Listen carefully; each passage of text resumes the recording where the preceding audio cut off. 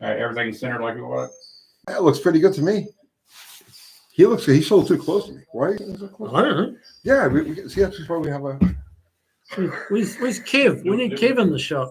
Wait, I look like a creature of darkness. Can you flip that light on over there?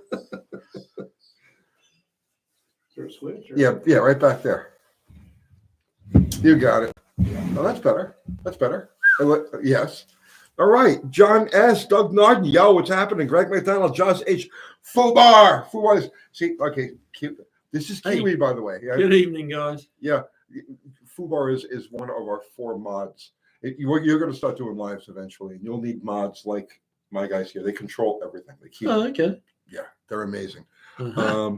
George Bonney is usually the first in, but he's way down there now. Ford LTD, 672E Galaxy, Blues and Corduroys, J. Russell Fitch, Wayne Buzzle, the Fabricator. That's it. You have to say their names as fast as you can.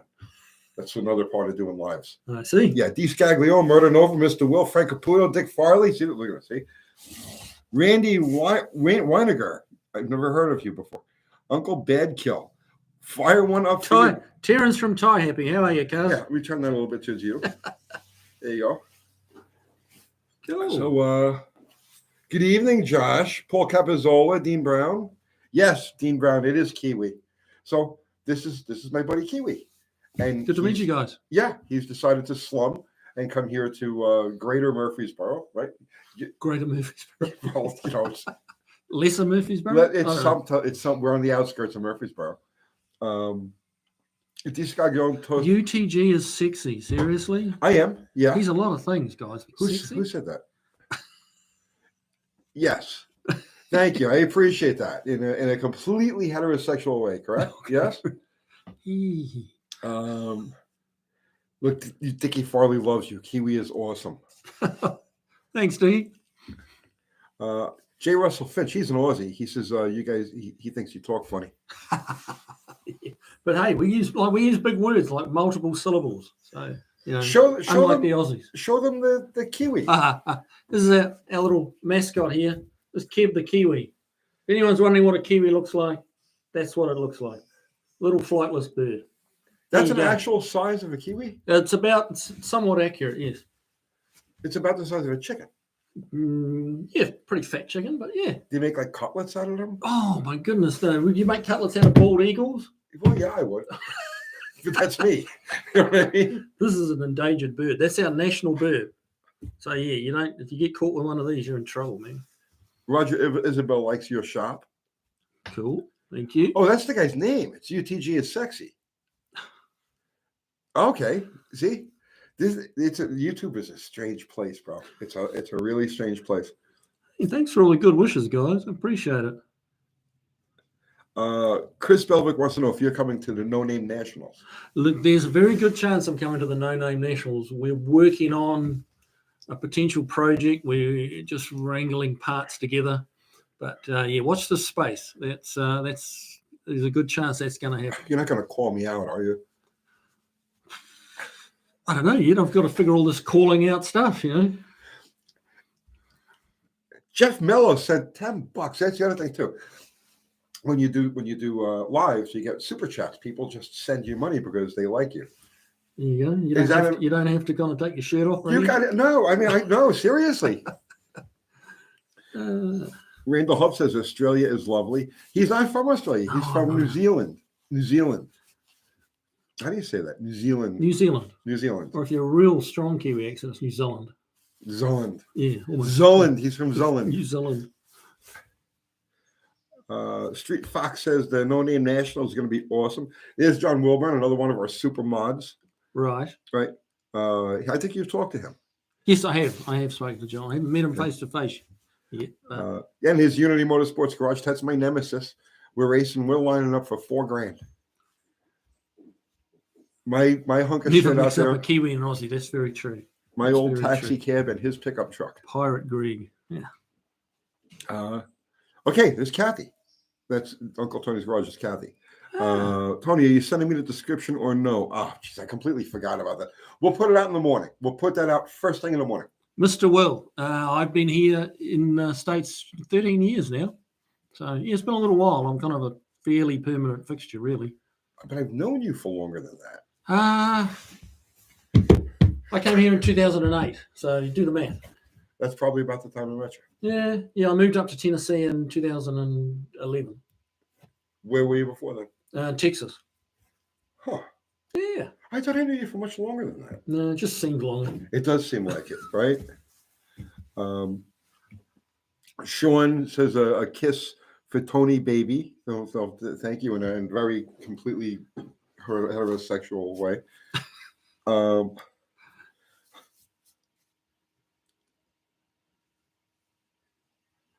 Some Kiwis get, who's this Doug Narden? Some Kiwis get ornery when they're called Aussies. Yeah, that's true. Good thing this Kiwi is a cool cat. Well, thanks, man. But yeah, Australians and New Zealanders have a huge rivalry, but especially sporting rivalry. We, as a nation, New Zealand supports obviously their own teams, sports teams, and anybody else in the world who's playing against Australia. Jeff Mello sent another $5. Thank you, Jeff. I appreciate that. Like, these glasses are terrible. I go to the Dollar Tree, and I buy them like 20 pairs at a time, and some of them are duds. This is one of those dud pairs. Yeah. Randall Hub, my grandmother was from Russia and never lost her accent. I don't think I'm going to lose mine. Mine softened a little bit. People really couldn't understand me when I got here. You'd be chatting with someone, and you'd see them glaze over. Like, what the heck did he just say? But yeah, people seem to get me now. Well, it's like a novelty, man. I mean, I strut you around like a novelty. You know what I mean? Look what I found. Right, look what I got. Dickie Farley say New Zealand is better. Well, yeah. We have a lot of Australian guys on here, though. DC Gallion wants to know if you've ever run the Targa Tasmania. Not in Tasmania. I have done the Targa in New Zealand. So I can't actually remember the name of it. Targa New Zealand, I guess. I co-drove for a guy in that, and that was a rough event. What is a Targa? Targa is like a rally stage on tarmac roads. Okay. So you have timed sections of public road that you race on, and then you just cruise legally through the other sections, and you go to the next bit of closed road, and it's like a 4-day event, and it's a lot of fun. See, we don't have anything like that in this country. User says he's jealous of the Australians' Utes in the Ford Inline 5. Okay, the Utes I get inline 5. Is that a typo? Ford probably means a Ford inline 6. Well, I'm sure. They call that the Barra engine. It's a 6 with a bad cylinder. It crunched exhaust valve or a hole in a piston. There's no bad cylinders in a Ford, brother. Oh, come on. Did I ever meet Bert Munro? No. Sadly, no, it's a little before my time. But he's a legend. He's a legend, worldwide he's a legend, and he's certainly a legend in New Zealand. Two Hacks Garage. Thank you, brother, man. Kiwi and Tony should collaborate on a 265 Hemi 6-pack Plan Z upgrade. There you go. That's an engine. That's a Mopar engine that you really don't see here. Zero. We've never had any of them imported. People ask me about that engine all the time. Oh, okay. They came out in what they called an E38 or an E49 Charger, which is nothing like your Dodge Charger here. It's quite a different looking car. Straight 6, 3 Webers hanging off the side of it, and very, very successful in touring car racing in Australia. They were 4-speed, manual. They were trick cars and worth a small fortune now, let me tell you. You guys into rotary motors? T. Heatman says, I thought Kiwis loved rotary motors. Yeah, I've had a few rotaries myself. I used to rally a RX2 and an RX3. They do like them. There are a lot of Japanese cars in New Zealand, a lot of Japanese cars. Paul Cavazola is asking the eternal question. Any word on the 5.7 Hemi build? In the, what did you call it? Hemi-Mitsubishi. The Hemi-Mitsubishi. Yeah, that kind of hit the back burner, I got to admit. And the last 12 months in the shop has been crazy. It's just getting busier every week. It gets busier. And we just couldn't get to it. And you had to have your knees replaced. Well, there was that. Yeah, I had a little incident with a Mustang that tried to kill me. How did the customer, Douglas Filer, How did the custom Oh, Cougar Eric you were? Banner. Yeah. How did that come out? What's that one? Sorry, what? The custom Cougar. People, the fastback Cougar. Oh, the fastback Cougar. Yeah. That car's nearby, but it is on hold. The owner of it is just regrouping a little bit financially. He had the coronavirus didn't do him any favors, like economically wise. So that's on hold, but that should be coming back later this year. He's definitely all about finishing it. We just had to kind of just push it to one side for a little while. LO23 Dart. What happened to the Turbo Slant 6 of Garrett? Garrett never had a Turbo Slant 6. Jim Bennett had one, and he still got it. I have no idea what's going on with that car.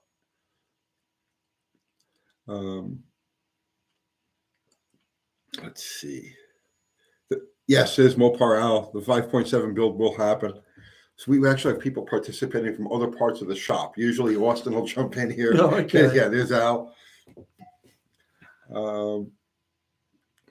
Danny Boyd says he recently spun out his Mustang on the freeway the other night. I think the traction control actually helped me because my dumbass never pushed in the clutch. Okay. Coronavirus made the class divide even wider. Okay.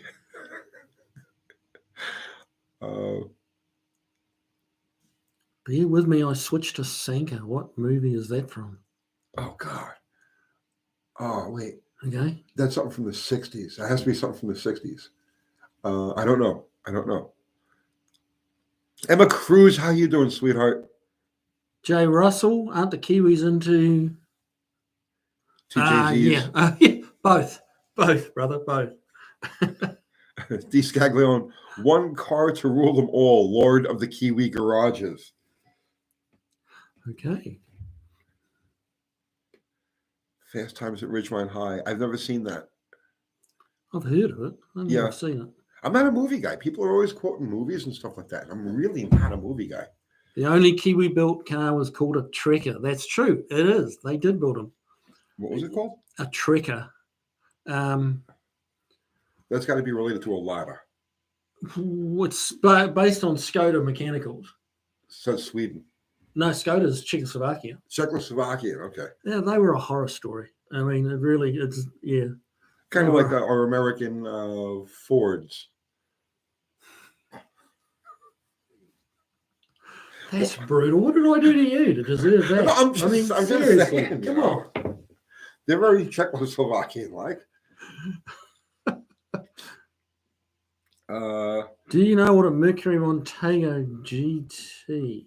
Mercury Montego GT? Yeah, I do. Yeah. But he's not going to say anything about it. Well, they were in the 70s. They brought them out in the 70s here, didn't they? Yeah.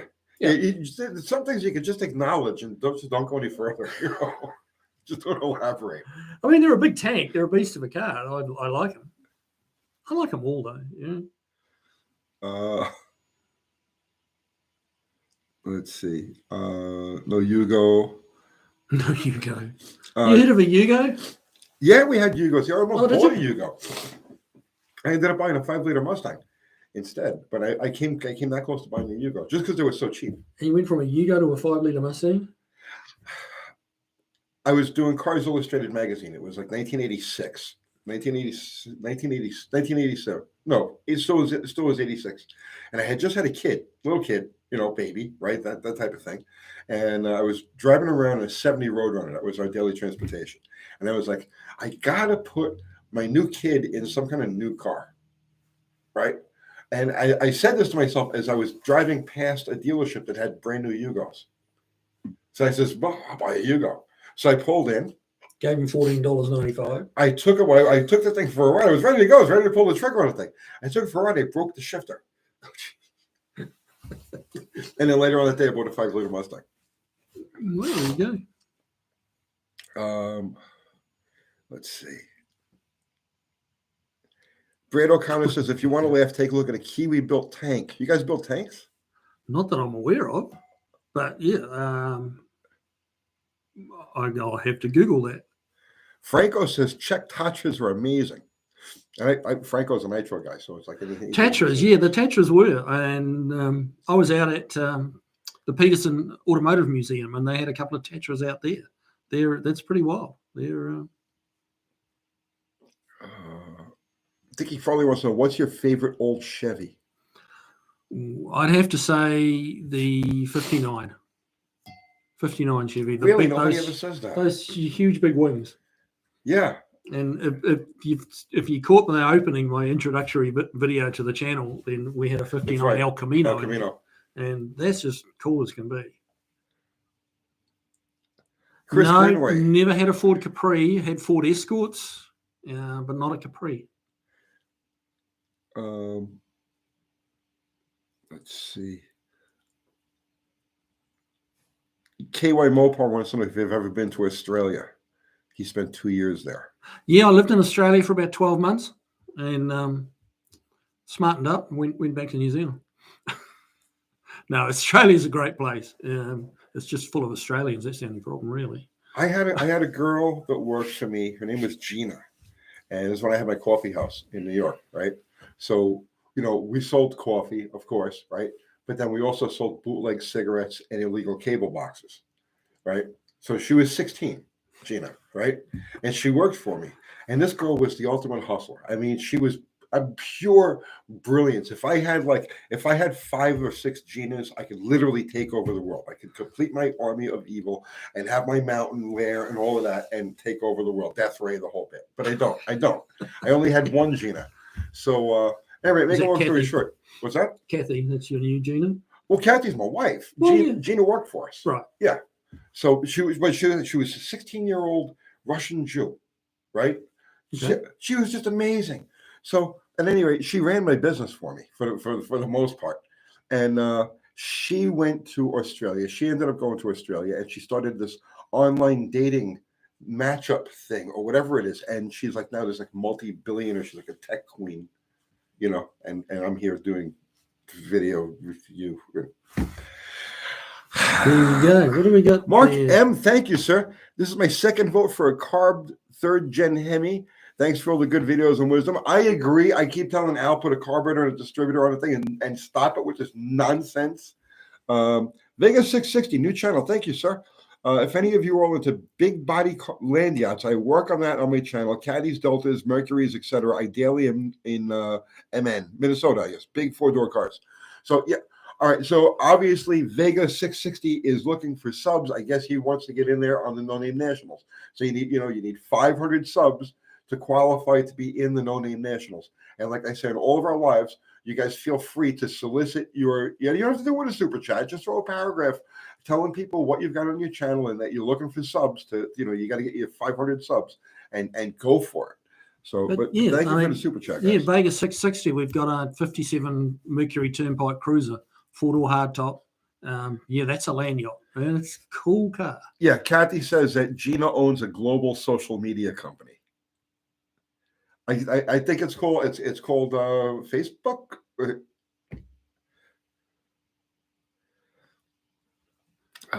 Let's see. Gina is in the mafia. Close. Her father was an interesting character, Russian. Swabber, that's my brother Normal James from the People's Republic of New Jersey. Brad O'Connor. I'm a Kiwi. We do love some things Australians. Their cars. That's true, man. That's true. They do make some cool cars. There are GT Falcons that were just absolute weapons on the racetrack. The Chargers, and of course Holden Monaros. Hard to beat a Holden Monaro. Those are nice. Yeah, I'm trying. I got to be careful that I don't knock that wire loose because then we lose everything. We have technical difficulty. Yeah. Let's see. What's going on, Anthony Perna? Hey, man. How's my leg, Joe Brennan? How's my leg? My leg's pretty good, man. My leg's pretty good. I can't complain. It's doing the square dancing is a bit tough, but thankfully I don't do that too often. Do you love Olivia? What? Oh, Olivia Newton-John. Olivia Newton-John. Well, yes. Who doesn't love Olivia Newton-John? How could you not, really, right?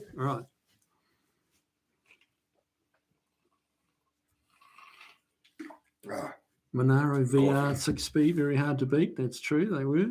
That was the Pontiac GDO over here, wasn't it?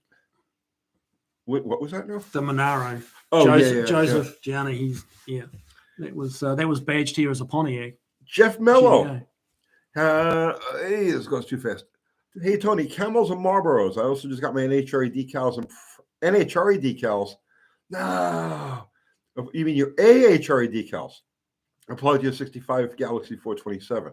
I hope you mean AHRA, not NHRA. Okay, I don't even know what we were talking about. But yes, thank you. Oh, Camels and Marlboros. Neither, man. I roll my own. And when I can't, I get like these Pall Malls because I forgot to get tobacco this afternoon.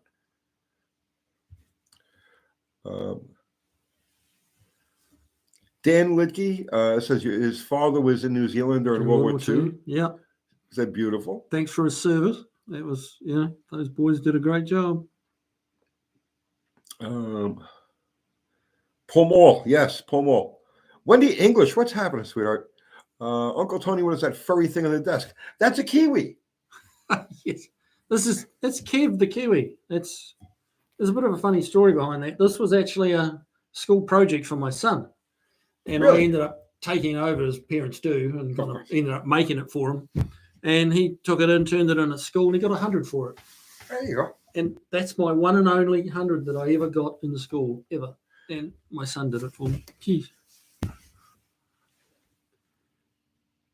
Kiwi shoe polish. Is that what you guys use? Yeah, that's a thing. That's a thing. Okay.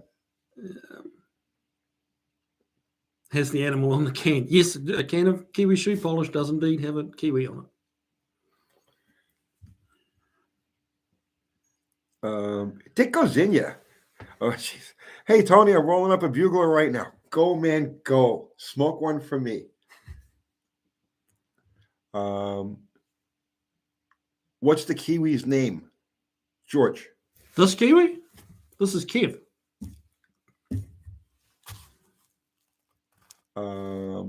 This kiwi is Chris. Many crocs in New Zealand? Man, people really want to know about New Zealand. No crocs in New Zealand. We don't have anything in New Zealand that's going to kill you. There's a few shady girls on a few back streets, but basically no wild animals that'll kill you. Emma Cruz, hey Tony, I'm trying to talk my husband into making a channel so he can get in on the No Name Nationals as well. Help him pull the trigger. But I mean, just do it. I mean, Emma, you wear the pants in your house. Come on, snap the whip, crack the whip, get that channel going. Let's get your stuff out to the No Name Nationals. Dan, he's asking if the Ford Barra inline 6 is that real? Yes, it's very definitely real. It's a great engine. They're pulling some huge horsepower out of them in Australia, like with superchargers and turbochargers on them, like 10,000 RPM, and just absolutely scream. French Onion wants to know if doesn't New Zealand have those green birds that get in everything? Oh, the Kias. Yes, they do. Oh. Now, that's not a Kia like the car, the KIA. These are a KEA. KEA. And, they'll eat anything that's soft on your car. They'll eat the rubbers out of your sunroofs. They'll eat the Are they related to rubbers. these No, not really, no. Well, okay. I mean, they're a native bird to New Zealand, but that's about as close as it gets. But, yeah, they'll eat the rubber off your windshield wipers. They're just they're little shits. They really are.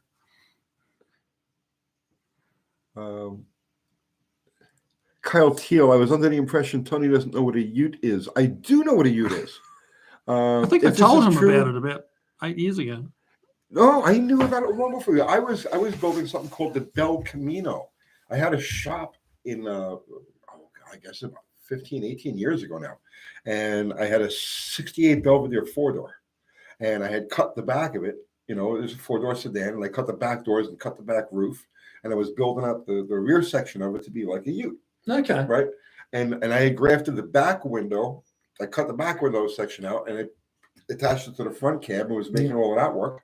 When I got rid of the shop and I had no place to put the car, so I scrapped it. Yeah. Right. There you go.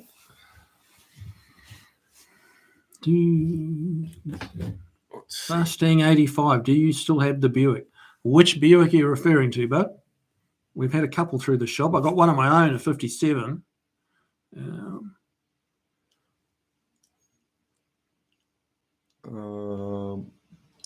Steve Bico, Attorney Hurst is on the road after 12 years layover. Lots of bugs, but thanks to your channel, got me going.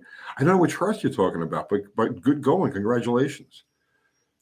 And Charles, just one sec. How do we do that, Tony? Where? You got it. You mastered it. Look at that. Not Charles Gray. Stoic Steel. Has Australia and New Zealand been taken over by F-150s yet? Very popular truck in New Zealand up until recently, where our government decided to put this huge tax on any utes, like a gas guzzler tax. And a lot of unhappy people about that. New Zealand's really pushing hard for the EVs, the electric vehicles, and they're pushing for it hard here too. They're giving all sorts of tax breaks for the electric vehicles, but unfortunately, New Zealand's really not a good country for topographically, like the terrain in the country is really not suitable for EVs. It's very hilly, very windy. EVs are suited to long, flat, straight lines. Do they have cannibals in New Zealand? Well, I think a couple of 100 years back, there was a little bit of that going on. What's the tribe with they wear like the grass? The Maoris. And the spears? Yep. Yeah, okay. Yep. Those are cannibals. No. Okay. They could be. They could turn cannibalistic in a heartbeat. Well, yeah. Yeah. Gideon Wallace wants to know, Uncle Tony, what was that Romanian dude with the Cadillac you told me about that one time? Had a huge weight in the front. Oh God, I'm not sure. Is he talking about his wife or what? Yes. Come on. Put his wife on the front of the car. Okay. There we go. EVs. Pirate Greg, EVs suck. Wow. There's some pretty fast EVs out there. But yeah, I got to agree. You can't beat the sound of a V8.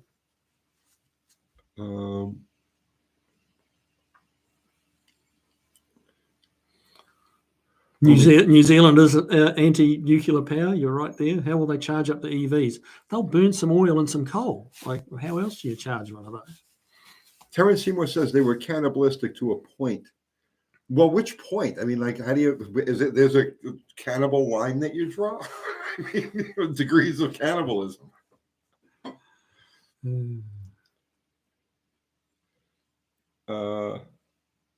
Joe Brennan wants to know how many other butchered and unsafe cars have come through your shop.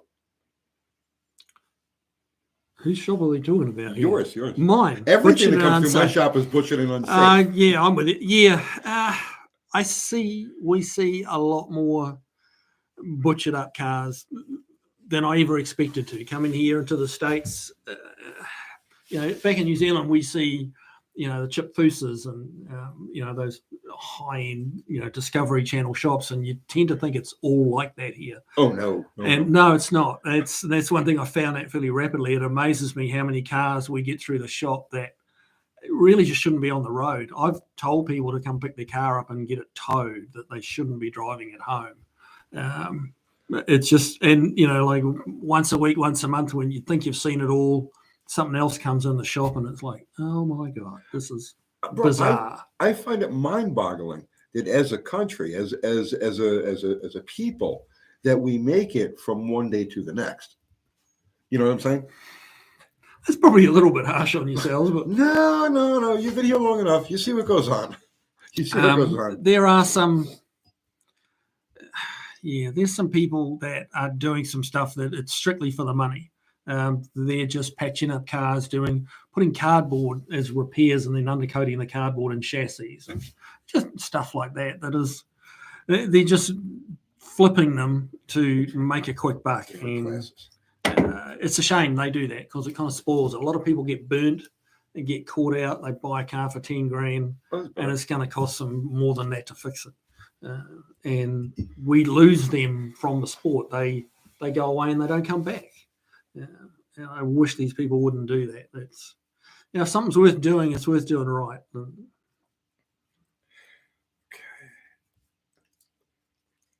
There we go. Is that better? Can I see better? I think so. Maybe if I do both. Oh, no, that's totally off. Okay. Binoculars, maybe? I don't know. I need something. Let's see. Jazabir Smith. Okay, guys, I need some advice. I got an oil pan off my Y block. It has the worst sludge in the world. There was a low clearance windage tray that was welded in. How would I clean that thing out? Cut the welds. Cut the welds, take it out, and clean it all up, and then re-weld it. Yeah, that would work. Yeah. That would work. He's a professional. Oh, What's that one? Kiwi and Tony, did you have a favorite Fury Road car? a favorite Fury Road car? I know the name Fury Road. There was a movie, I think. I don't know. I mean, I've had a bunch of Furies, but I don't think I've had one that was a specific kind of Fury.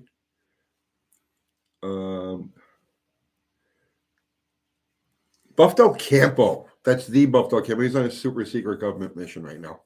He usually sits where you are. No, okay. Well, Get rid of the road draft, too. Yeah, absolutely.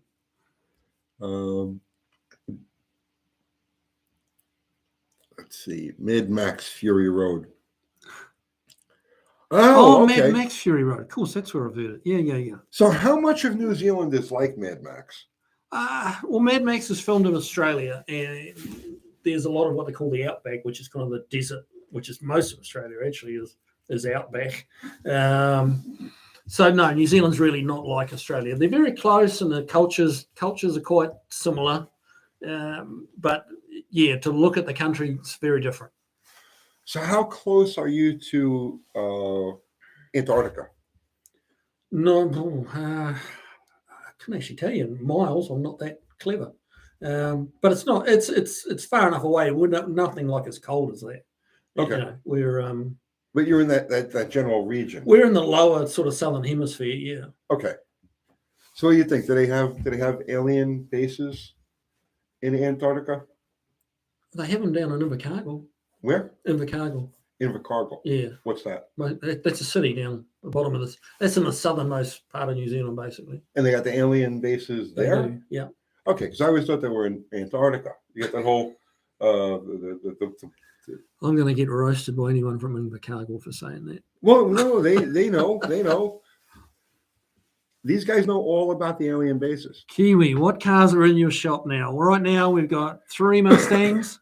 We've got a Camaro RS. We've got a Trans Am. It's like a Smokey and the Bandit Trans Am.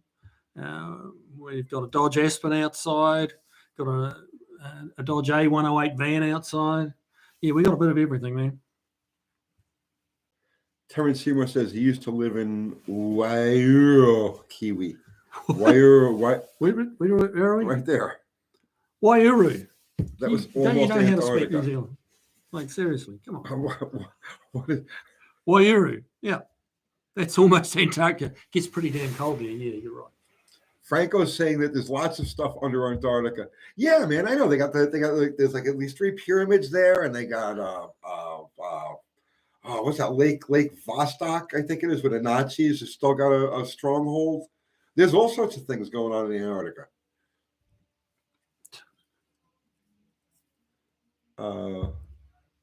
Big Belly Racing wants to know what the plan is with the Aspen. How'd they even know about that? I just mentioned it. Oh. Pay attention, Tony. Come on. Okay. Get with the program. Well, I'm looking at Franco says they kicked Admiral Richard Byrd's ass. That's right. They sent him packing. Mr. Will, thanks for the thumbs up. That's cool. I appreciate it. Sid Dura. Yes, I did.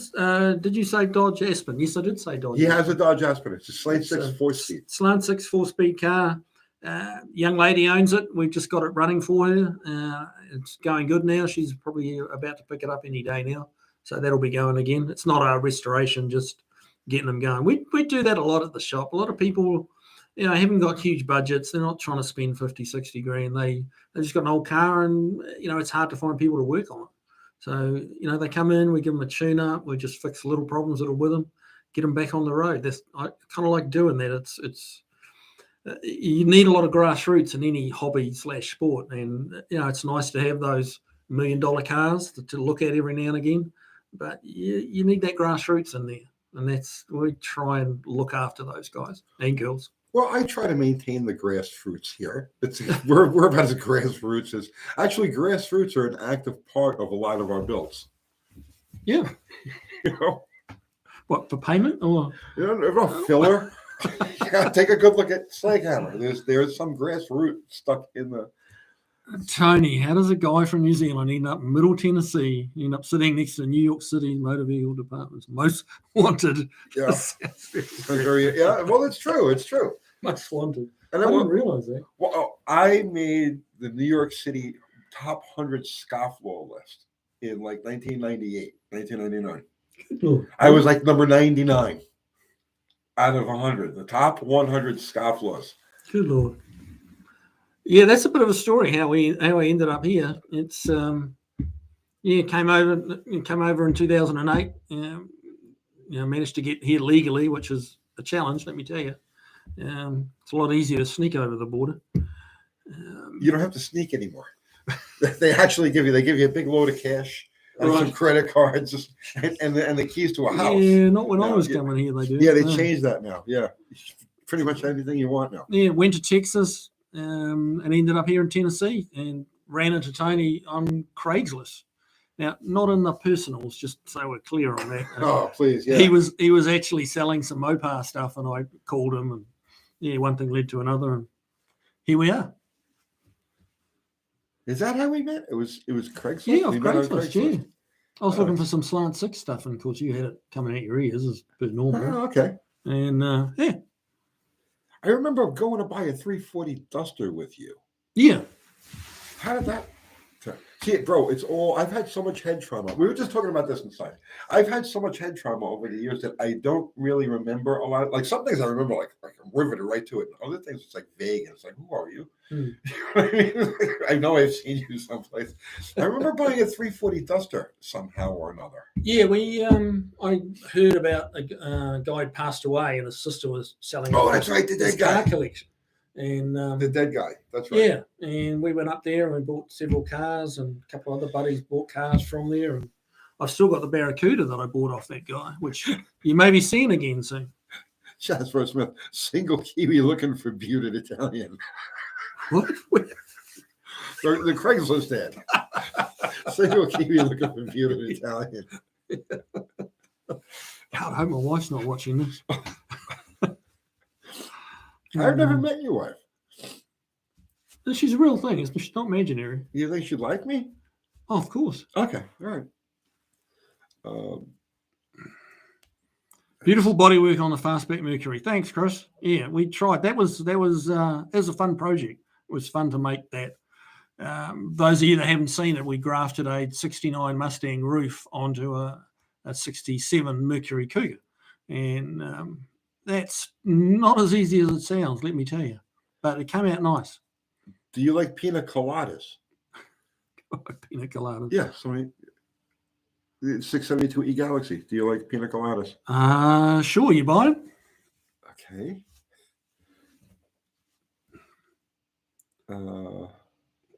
What is Dan talking about? UTGs. Peanut butter, jelly, or ham sandwich? I don't know. Hey, is it possible to turbocharge a carbed car? How does that even work? Yeah, sure. Turbocharging carbureted cars since the 40s. Mm-hmm. You can have like suck through or blow through, can't you? It's my brother Ralph Celentano. Captain Crunch's full name is Captain Horatio Magellan Crunch. Yeah, okay. Good to know. See, I didn't know that. But Ralph knows stuff like that. Okay. One walks in the rain. What's going on, Harley Hawk? How are you, my brother? Blow through 289 Mustang. Oh, this says you. This says you written all over it. Mexican spec. Is anybody interested in the 75 Ford Country Squire, fully loaded, 13,000 km original? That's your foreign measurements. The kilometers, yeah. Like 8,000 miles. Yeah, he'll buy that. Just contact him. He'll send you the money right now. That's a cool car. That's a cool car. I like station wagons. I always have liked station wagons. When I was about 19, I had a 65 Chevy Impala wagon. which Okay. that was not a common car in New Zealand, let me tell you, not back then. Dean Does Stevenson. New Zealand still have a link to the UK crown? We're a Commonwealth country, but it's just paper. It's just on paper. They don't have any control at all. Fubar just put the link to your channel. Oh, Kiwi thanks, Classics man. Custom. Thanks, So Fuba. guys, go over there and sub to Kiwi's channel and watch his videos and share and subscribe and ring the bell and do all of that stuff. You're going to be doing a lot of videos now. That's the plan. We got, the more I look around the shop, the more content we've got. There's all sorts of fun things happening at my place. You've got never-ending content. It's limitless. Well, I mean, the stuff does keep coming through the door. What's this one? Impala station wagons sometimes came with Interceptor big block. Not my one. It was a little baby 283 in Power Glide. Interceptor was the Ford name. Yeah, that's what I was thinking. Yeah. The police package, the Interceptor. Vegas 660. Try driving a 76 Caprice clamshell wagon. I didn't know what a clamshell wagon was till a couple of weeks ago, and a buddy of mine has got one, and he showed me that how the tailgate drops down underneath the car. It's like, gee, that's a piece of engineering, guys. Really. They only worked for about 6 weeks, and then you had no, I'm serious. Then it was back for warranty. Yeah, constant. I can't tell you one of those things I had to work on. Raining Slant 6 with a chance of cannonballs. Hey, Tony, when are you going to do another live chat with David Vizard? Funny you bring that up. We were supposed to get together with David last night, and there were issues with Andy from Unity Motorsports Garage. He's got the Rona going through his house now. So we were going to do it with Andy and David, and so it didn't quite work, the way it was supposed to. But next week, we'll get together next week. And Steve Magnanti. We haven't forgotten about Steve Magnanti either. Dale J. Kiwi, that's me. How you doing, brother? Okay. Silverbell, Tony, if you lose the No Name Nationals race against Casper, will you shave your beard completely? No. Brad O'Connor, us Kiwis believe we were the first to fly too. That has been rumored, yes. You have another Kiwi there? Who's that? Brad O'Connor, us Kiwis. Oh, nice. Yeah. Nice. So it's cool to see a bunch of Kiwis tuning in. That's nice.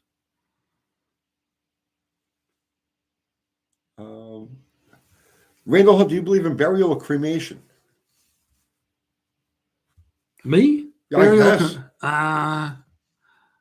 Yeah, I'm not getting buried, put it that way. I'd like to have my body thrown on a pile of rocks. Just tossed off the side of the road onto a pile of rocks. Okay. Yeah, I mean, it seems like a fitting way to go. Richard Pierce, first guy to fly without a balloon. I guess he was a New Zealander. Yeah, I've heard this story before, but it's so long ago and so vague in my memory, I don't remember. But yeah, there's talk that he's exactly right. Yeah, Richard Pierce. Sid Durek says Casper has serious torque and horsepower. You don't say. You don't say. GBS Garage. Hey, Kiwi, heard you guys like the Cleveland. The Cleveland's very, very popular in New Zealand, Australia. The Australians really adopted that motor. They had a 302 Cleveland as well as a 351. Well, the Boss 302. Well, no, it was an actual Cleveland. It wasn't a Windsor with Cleveland heads on it. It was actually a 302 Cleveland. And that was, that wasn't as popular as the 351, but they got some good numbers out of the Clevelands and the 351 Clevelands and the GT Falcons. Those things would fly.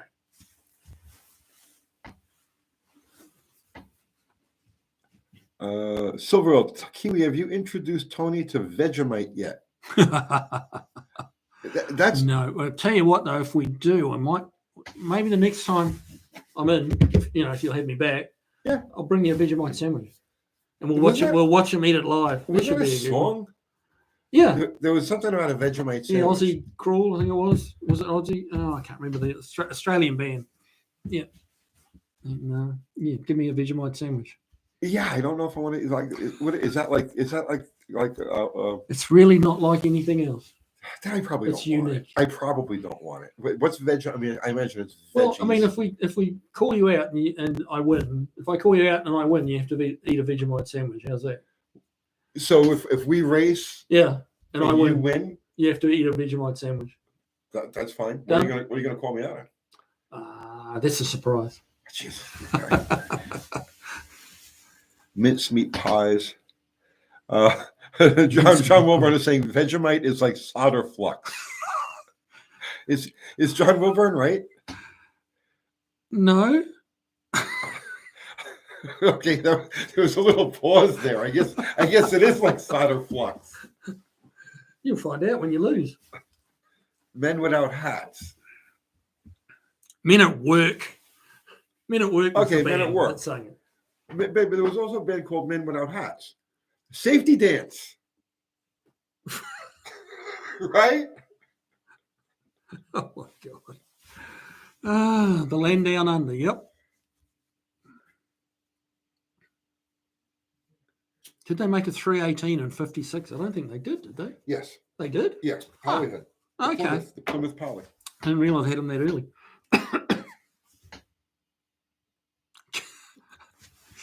Keep Kiwi on your channel and ditch Dallas. Hey, Dallas. Oh, that's not nice. That's not me saying that.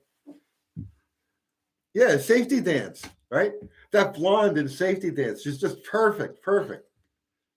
I haven't seen that video literally probably in about 40 years, but I remember the blonde dancing around, going to Safety Dance. Doug Narden. Yeah, that stuff is a bit salty. You only use a little tiny bit, though. That's the trick.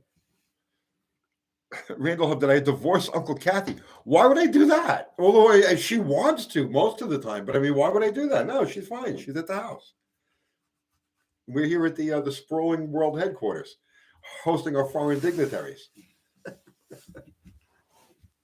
Are you still a foreigner, or did you?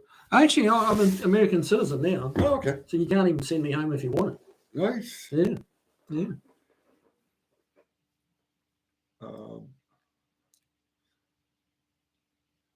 Mark, this conversation is way before my generation. Have you seen us, the age here? I mean, collectively, we're like 120 years old.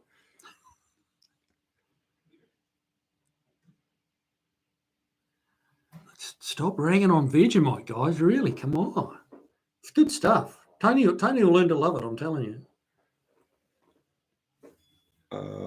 It works on hemorrhoids, Sean Fagan says. Oh, never tried that.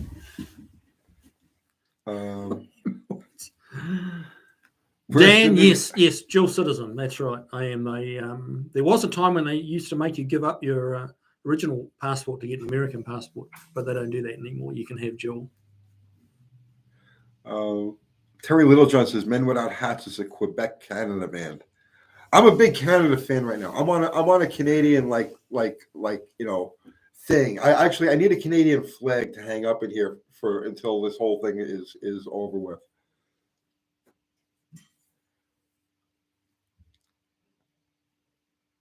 Not applesauce. That's Kathy's new name. Oh, really? Yeah, it was Uncle Kathy, and there was a lot of confusion with that. People were like, why do you call her Uncle Kathy? And I'm like, well, if I'm Uncle Tony, she's going to be Uncle Kathy, right?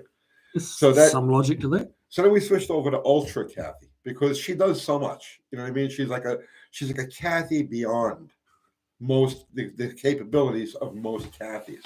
So we went with Ultra Kathy, but that seems a little elitist. So we went with applesauce because applesauce it's just nice, right? It's an interesting train of thought. Yeah, right. Yeah. It's a sweet name. Who doesn't love somebody named Applesauce? Well, I get that part. Right. She is a sweetheart. She is a sweetheart. And somebody there, I missed what the name was. Someone asked, "What's the favorite muscle car in New Zealand?" That's a trick question, man. Like, there's New Zealand and Australia have a lot of American cars here. You'd be amazed how this country is hemorrhaging its old American stuff overseas, like not just New Zealand, Australia, but over into Europe and England and all over the place. There's a lot of American cars there. Mopars are very popular. Tony will be glad to hear that. But honestly, it's just a microcosm of America, really, in that you have your Ford lovers, the Chevy lovers. They hate to hate each other. blue blood, red blood, and all that. It's just like, Well, Mopar people all over the world have a superiority complex. And it's just part of our DNA. It's what we do. It's one of the things we do. Let's see. Jay Russell. Yes, that is a funny movie. Yes. What We Do in the Shadows. Yeah, that's pretty funny. You have a look at that. Billy Bob Holcomb, how much hooch does it take to get an apple sauced? Over to you, Tony. I have no idea. I don't either. Emma Cruz is all up in the Ultra Cathy thing there. French Onion, how did the Hemi Mitsubishi end up? I told you, people just keep asking me about that car. I'm actually quite kind of happy about how many people were interested in that car. It's coming back. Scheduling's tough at the moment. We got so much to do, but it's not gone. It's not forgotten, but it's coming back. Oh, there was a big scandal when there was like a pause, right? People were like, Kiwi learned his lesson and got away from that butcher Uncle Tony. Really? Yeah. Although, I mean, it would have been a smart thing to do, but that's not what actually happened. That's what people thought happened. New Zealand is the most southern islands of the British Empire. Well, there's probably some truth to that. Hemi Mitsubishi at the No Name Nationals. That'd be a hard no. Mr. Will wants to know, Kiwi, can you do a Wednesday night tech talk? It'd be great to get your take on tech. Ask him tech right now. He's here now. You think he's going to come back after the shabby treatment he's gotten so far? I just come here to see Kathy, so it's all good. What percentage of diesel cars in New Zealand? That's quite a few. A lot of small car diesels, much more than you get here in the States, like little wee Toyota Starlets and Toyota Corolla diesels and little Mazda diesels, and quite popular. But then gas is astronomically expensive. I got a photo from a friend of mine that showed the gas pump prices. It's $12 a gallon for regular in New Zealand. $12. That's real. Yeah, you see, people bitch at me. We've been doing. I started doing some gas mileage type of videos. Right. Just overall efficiency and everything, and people started bitching at me because there's a lot of people in areas like we are here, right, where gas is still cheap. It's $2.90 a gallon. Right, I know out by you, Franklin, it's like $3.25, $3.50 a gallon, right? They don't realize in California they pay $5 a gallon. Other parts of the world, like New Zealand, $12 a gallon. Yeah. That's fucking crazy money. And they think that we're just doing videos for like the small little, click that we have. You know what I mean? But in the meantime, all over the world, we got people who are really struggling to put fuel in their freaking tanks. But, it goes to show you how dedicated the hot rodders are in New Zealand. Like, yep. These guys with 426 Hemis and stuff over there, and they're having to fill them up at $12 a gallon, and they love it.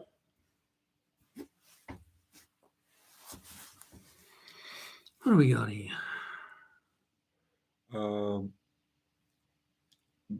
Mr. O wants to know if you've ever worked on any original Beetles. Beetles, I have not turned a wrench on a Beetle ever.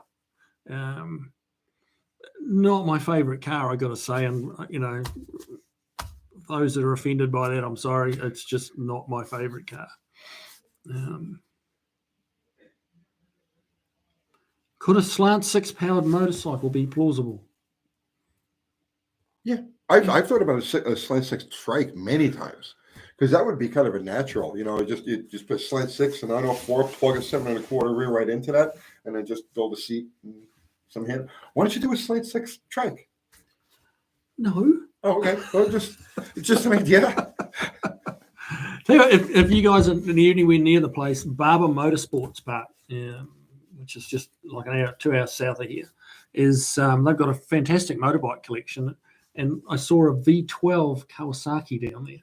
That's the guy, Alan Milliard. Yes. Brilliant guy. Fantastic bit of engineering.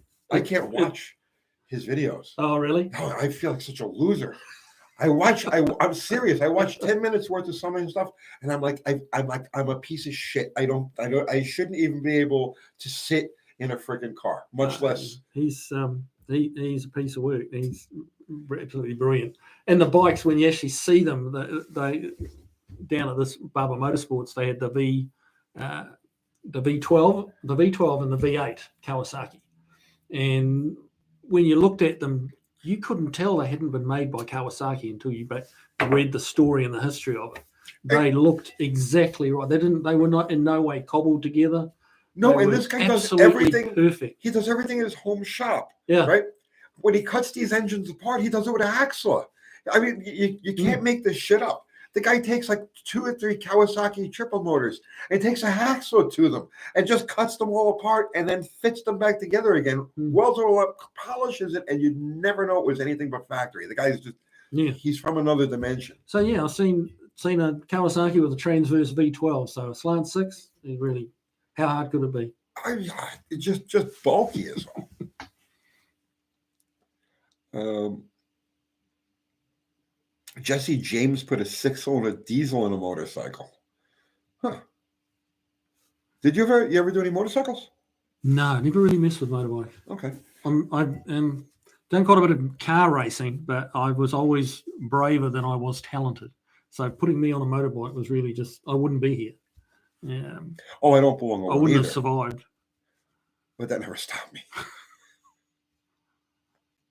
I've broken everything, man. I've crashed every kind of motorcycle, every way you can crash it, and broken every fucking thing. Slant 6 Barstool?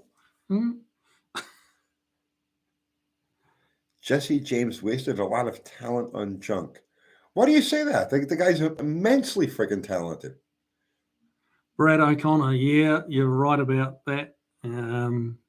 They're not sure what the next 12 months is going to bring for New Zealand. There's a little bubble going to burst there, I think. What was that now? New Zealand, the average New Zealander is spending 65% of their wages on housing. Oh. Houses are astronomically expensive. That's, I think, everywhere. I think the housing bubble everywhere is going to pop. Yeah. Very soon. Very soon. As this is what's this one here? Everett Mauiman. Yeah. Dodge making those electric engines. The muscle car world is not going to be the same again. I heard that they're actually stopping building the Hellcat engine. Yeah, that's ended now. At the end of next year, wow. 2023. That's it for all of the V8s. Tell you what, I mean, there's a lot of EV haters out there, but there's going to be a lot of EV hot rods. Just that's my prediction, and I'd say I like it, but I think that's the way we're going. Well, you got it when it freezes. You got to you got to hit it again. Sorry about that.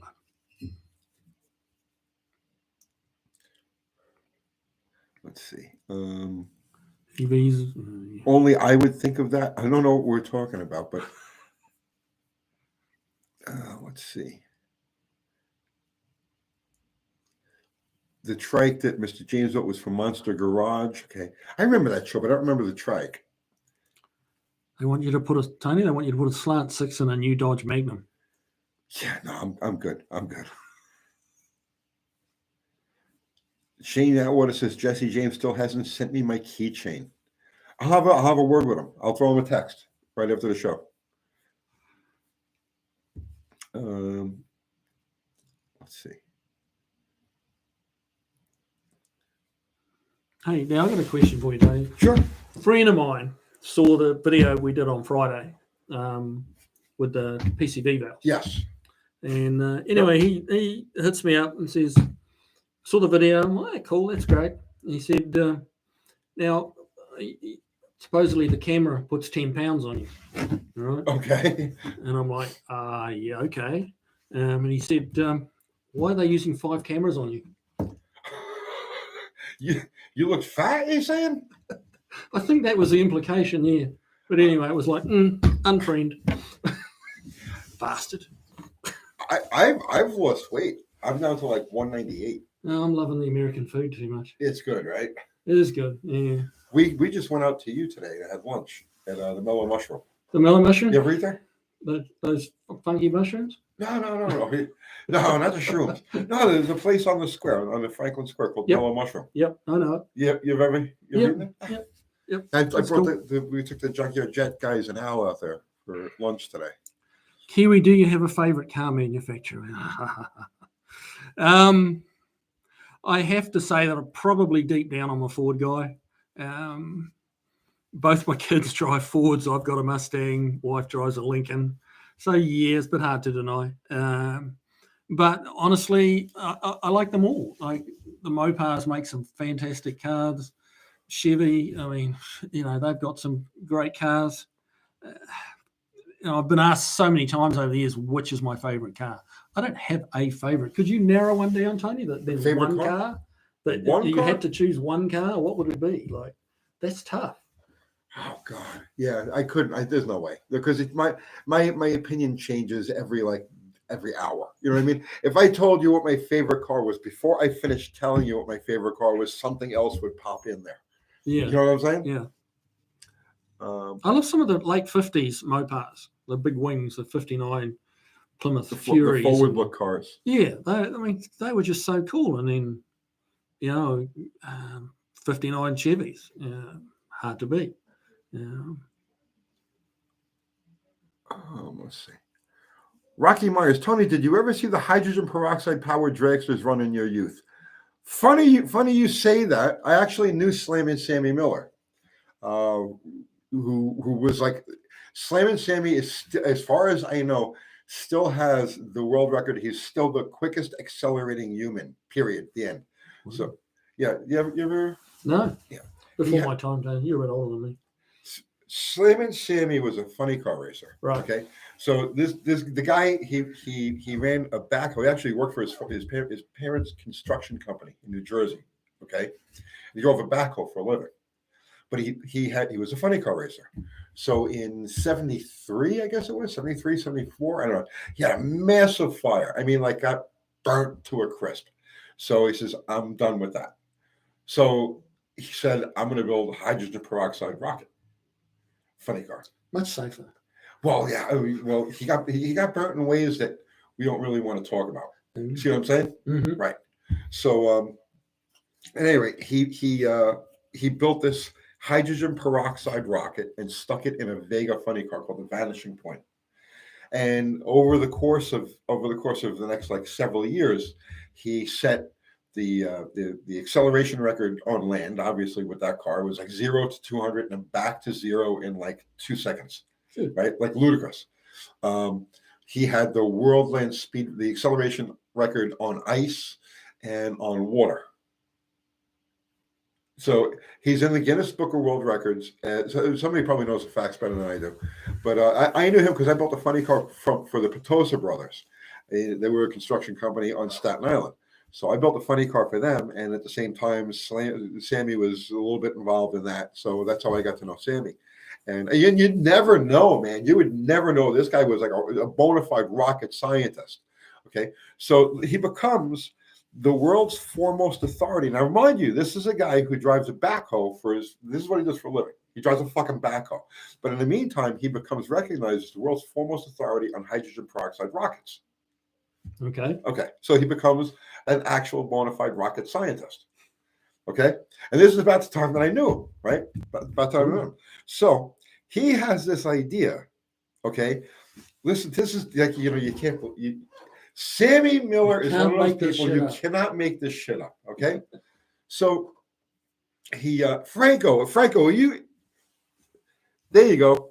Yeah, Sammy was supposed to drive the Petosa car, but they were afraid of him, right? I know. So I was supposed to drive the Petosa car.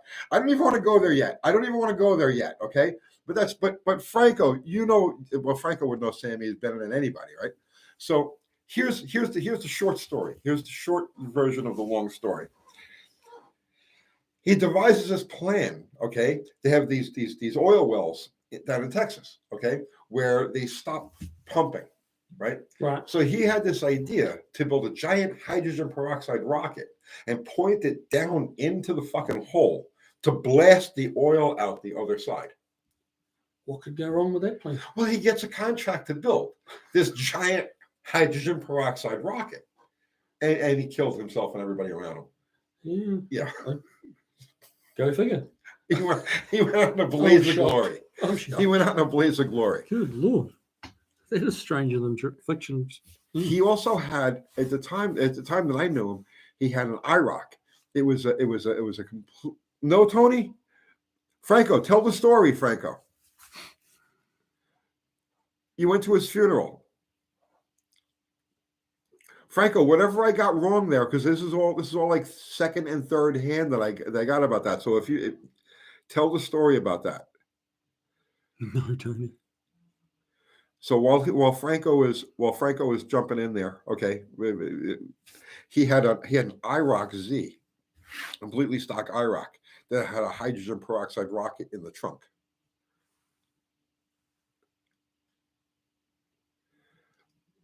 Okay, Sammy and Junior had finished his work.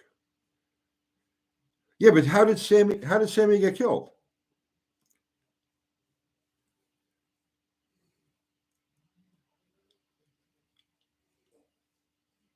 Now I'm waiting for Franco. Right. I need to have Franco. Franco, you got to come on here as a guest one night, man. You got stories. I'm sure you got stories. They were leaving the oil field. Okay, and what happened? Can you call me? Yeah. Well, I don't know if I can put you on speakerphone here. Let's see.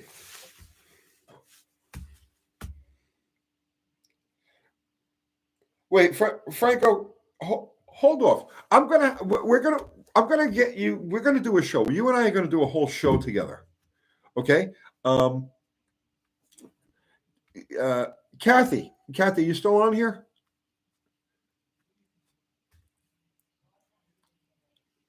Danny Bud, who is a sprint car driver named Sammy? It wasn't him.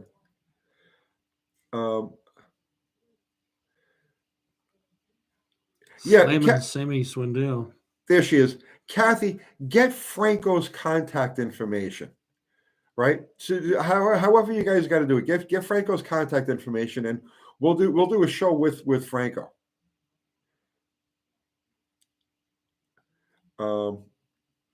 Okay. George Nomek, where can I find more Big Block Mopar content? Stick it right here. We're doing 2 Big Block Mopar builds this year. Right, and actually one of them we're going to start. The block is over at the machine shop. So if I get it back this week, we'll start on it this week.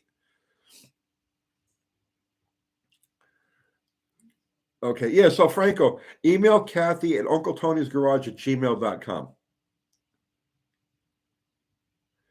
Okay, so that's that. So they have Antifa in Canada now. I don't even know. Let's see. Kim fixes things. How's the motorcycle channel going? We actually had a meeting today working on the motorcycle channel. So that's all coming to be. Let's see. What year did Tony have the coffee shop? You had a coffee shop? I had a bunch of them. Oh, there you go. From learn something every day. I had 5 of them. Really? They were all called The Grind. I had 1 in New York, and then I had 4 of them here. Huh. I also had an art gallery, right? A lot of people are. I've been all over the map. Well, Kathy actually had the art gallery. We had an art gallery. What else did we have? Oh, geez, I don't even remember. I've been in and out of so many businesses over the years. I don't remember any of it. Let's see. You did, Tony? We didn't have an art gallery?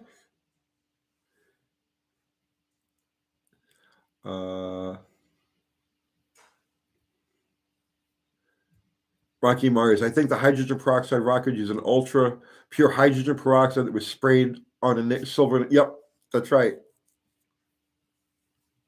It was a little titanium canister. And the tailpipe in this thing was like tiny. Like you would say, no, that's impossible. This thing makes like 20,000 pounds of thrust instantaneously. A little tiny little tailpipe sticking out the back of this thing. Wayne Buzzell is Kiwi into bikes. I appreciate bikes, I do, but yeah, they're not. I don't ride a bike. As it was saying earlier, like I'm braver than I am talented when it comes to riding bikes or race cars, and it's just a bad idea for me. But But I enjoyed the heck out of that motorcycle museum, that Barber Motorsports. That's well worth a trip if you're anywhere near it.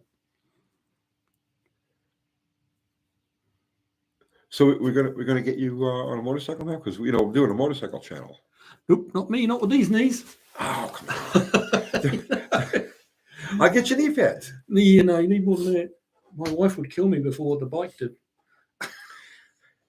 I crawled around on knee pads for probably about 4 months. Why? Because I had a series of motorcycle wrecks. Oh yeah. In 1998, 1999, 2000, it was like a 3-year period where I had like one wreck after another. So I had like one where I broke an ankle and a couple of ribs, and then one where I broke a wrist and a couple of fingers, and then another one where I shattered a tibia, and it was just all. I was still on crutches from the last accident. If I'm making this up, right? Kathy's right there. She's my witness. I was still on crutches from the previous accident while I had the next accident. Okay, it was a rough period of time. So for a couple of months I couldn't walk, but I still had to work. You know what I mean? So I was crawling around the shop, and one of my customers says, "Hey, I know what you need," and they went and they bought me a pair of knee pads that I guess they play hockey or something with. Oh yeah.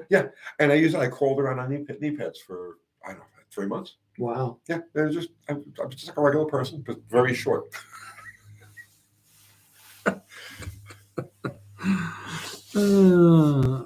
What else have we got going on in here?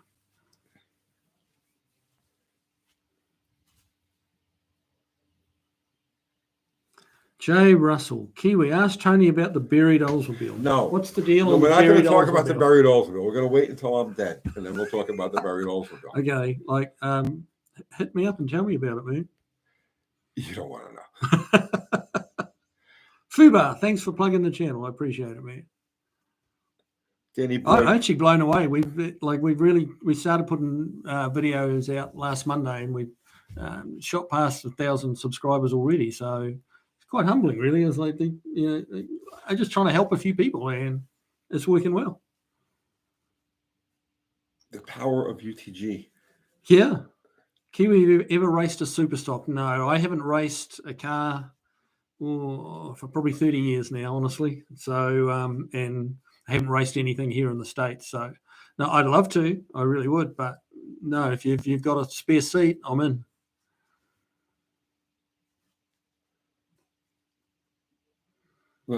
Uncle Kathy is deleting all non-car talk. That's one of the things. Yes. Yeah. French Onion wants to know what you did race. French Onion. Okay, I raced rally cars. Was basically it. Did a little bit of drag racing. Just stock stuff. But yeah, a lot of rallying. Rallied RX2s, little old Nissan Datsuns, some Subarus, 4-wheel drives, quite a few different things. With a modest amount of success at an amateur level. But yeah, had a hell of a lot of fun doing it. Learned a lot of what I know about suspension through rallying. There's one thing about rally cars, you need to have and understand suspension to do any good in it, and because it's all rough dirt roads, and that's how you go fast. You got good suspension. So yeah, that was my racing history. Done the Targa Rally. That was a bit of fun. Yeah. Did I know Possum Bourne? Yes, I did know Possum Bourne, Jay Russell.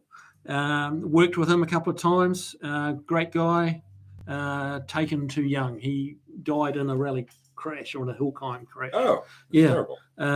It was awful.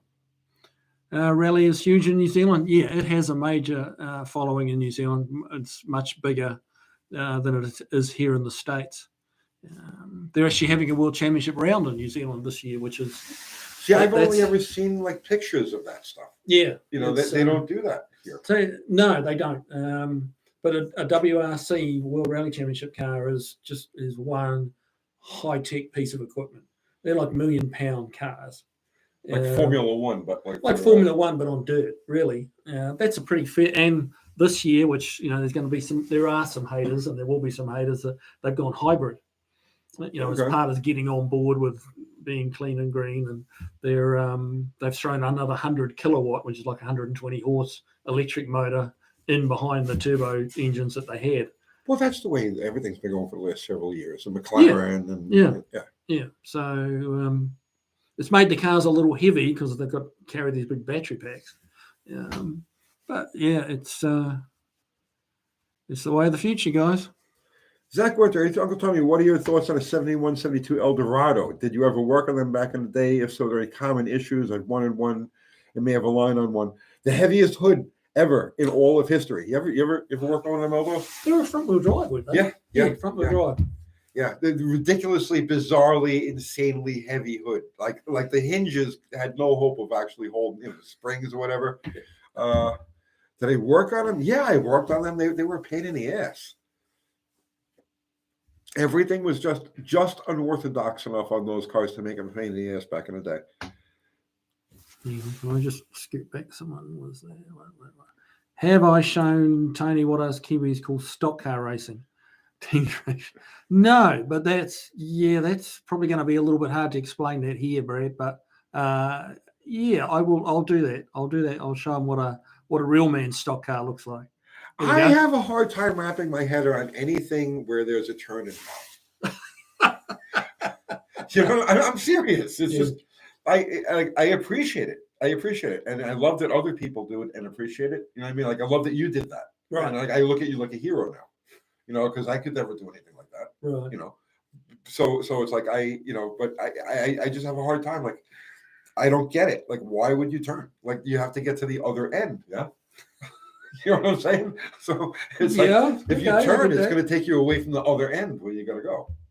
But that's just me. I'm very myopic.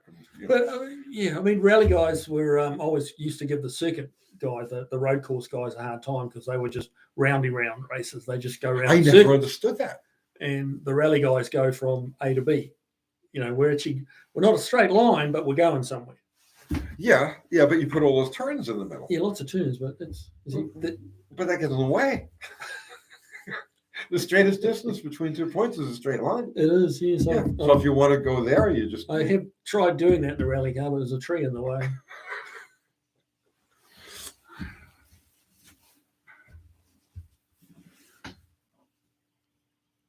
Okay. I came from so much traffic, there was no turning. That's kind of true, too. Fred Gomez. I've been here since 2008, bud. Darwin Foster. Tony don't like a real man's race. Rubbing is racing. I'm a mechanic. It's like, to me, it doesn't really matter what form the racing takes. If I participate in it, I stick with drag racing. But I'm a mechanic, so I appreciate anything having to do with, other people like to drive. Like he likes to drive, so he would want to do that. Oh my God, right? I couldn't handle that. I just want to go straight. What's on the 2B? What's on the table? A woolly mastodon. No, it's a Kiwi. That's Kev the Kiwi. He's my little buddy. He kind of travels around with me. Twisted Pinion Garage. If I was looking for a shop to replace a rear frame rail on my 73 CUDA, you wouldn't happen to. I think Twisted Pinion wants you to change a frame rail on a 73 CUDA. Not a problem. See, there you go. Send it. Bring it right over to Kiwi. Where is your shop? Tell people where your shop is. Yeah. To him. Right. I mean, it's getting late. It's past my bedtime. Okay, we're based in Franklin, Tennessee. West Main Street, Franklin, Tennessee. Just Google us, you'll find us. And I've done a lot of work on the Mopars. We've got a national trophy winning challenger that we did, 71 or 2, I think it was. And not a problem. Bring it over. Give me a call. Peter Brock was Australian. Yes, he was Australian. Bruce McLaren was a Kiwi, great Kiwi too. That Bruce McLaren, he's like McLaren Formula One. Okay. That's where that all started. He was hell of a man. Pet the Kiwi bird. There we go. Here you go, Tony. You need to pet the Kiwi bird. So you got to pet him. You got to. See, he feels uncomfortable, doesn't he? I do feel a little uncomfortable rubbing your bird, but it's cool. It's cool. I told you he'd be a hit. I'm man enough. I'm He's secure gonna enough rate. in my manhood that He's I going to can rate better than you. shake your bird's nose there. Uh, 6072E Galaxy says, Kiwi, thanks for tonight. Great fun. You're a stand-up guy. They love you. They love you better than me. What can I say, Tony? I mean, really, what can I say? Bruce McLaren. Oh, yeah, the Sex Pistols. You didn't have punk rock in New Zealand. Oh, yeah, did they you? did. Yeah. Split ends. Oh, yeah. Okay. Yeah. Yeah. All right. Yeah.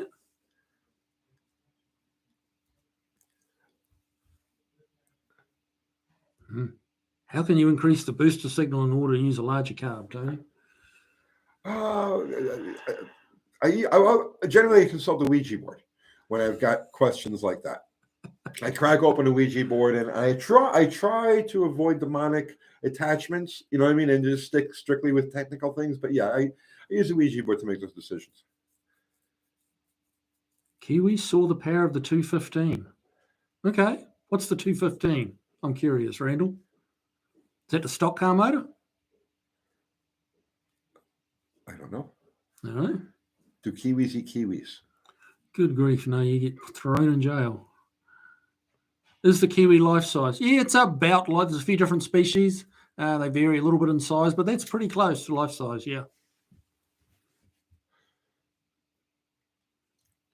Do kiwis ever eat kiwis? Sticky Filth. That's a great name. I like that.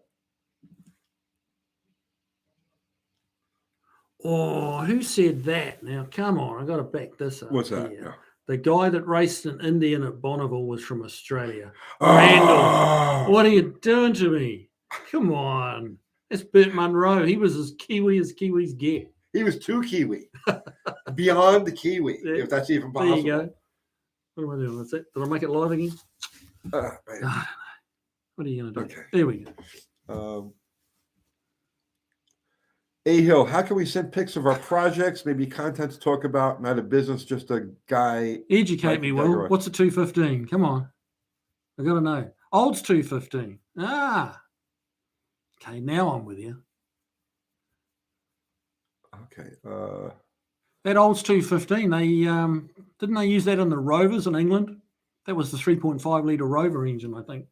That was that 215 Buick was an alloy V8, wasn't it? Yeah. They used that in Rovers and Range Rovers. Yeah. That's all derived from that 215. Dallas has one. Here we go. Kerry, Rover V8.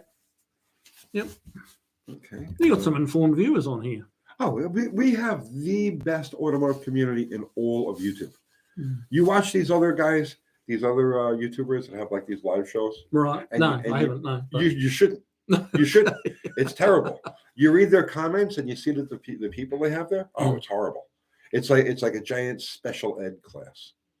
You know, not that there's anything wrong with special ed people, but it's terrible. So their lives, the other YouTubers' lives they're loaded with commies and oh yeah, lots of commies. Really? Absolutely. Mother biters and stuff like that. All sorts of crazy people. Other automotive channels simply can't compete. No, they can't. No, they can't. No. Dean, Toyota Starlet with a mid-engine Olds 215. That really does ring a bell. Who did that? Was it Trevor Crowe?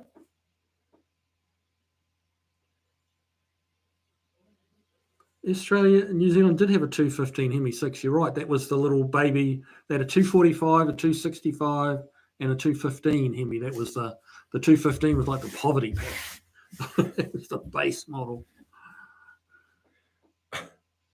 Bobby Z in 1864 just got here to lower the standards. Thank you, man.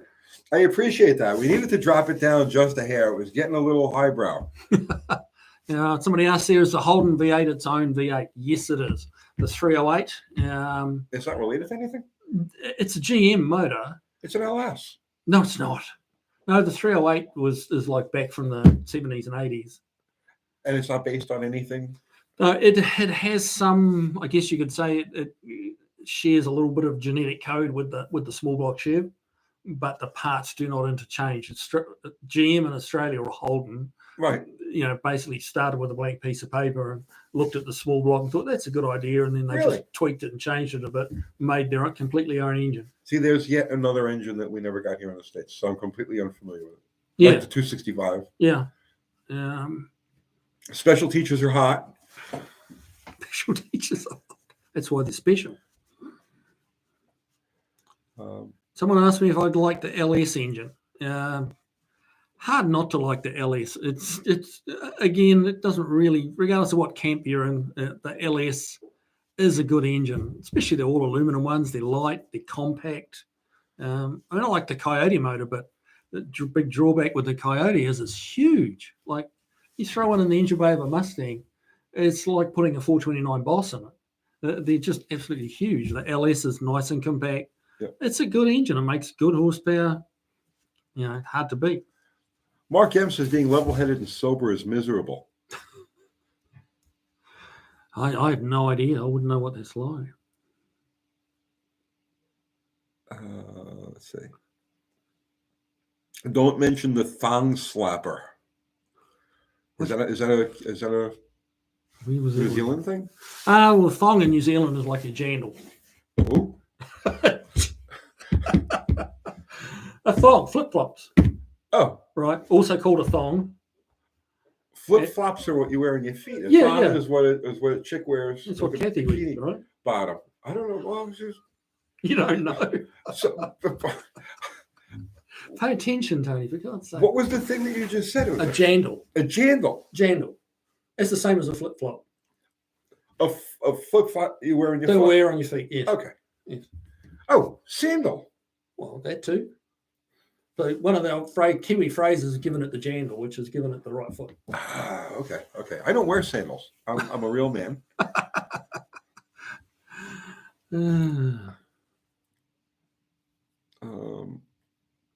This Holden 253 is called the thong slapper.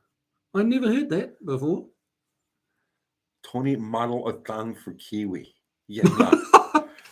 I'm out. I'm going. No, staying. We're okay. We're good. It's not going to happen.